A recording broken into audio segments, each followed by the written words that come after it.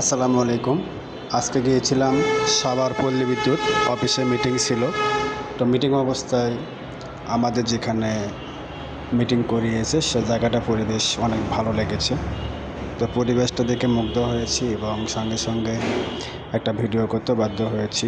এত সুন্দর একটা পরিবেশে যদি ভিডিও না করি, আপনাদেরকে দেখাতে না পারি, তাহলে কেমন হয়?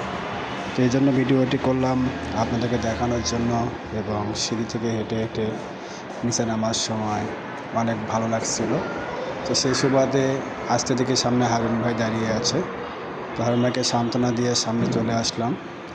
এসে দেখি যে আমার হাতের ডান সাইডে সুন্দর একটা পুকুর, যেখানে কিছু মাছ আছে।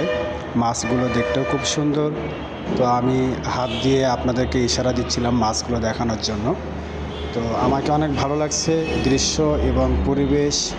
পাশাপাশি এখানে দেখেন আরও সুন্দর কিছু মনোলয় পরিবেশে দাঁড়িয়ে আছে কিছু এরিয়া ম্যানেজার, ব্রাঞ্চ ম্যানেজার, যারা খুনসুটি করছে। তো আমি এই সুযোগে ক্যামেরাবন্দি হলাম।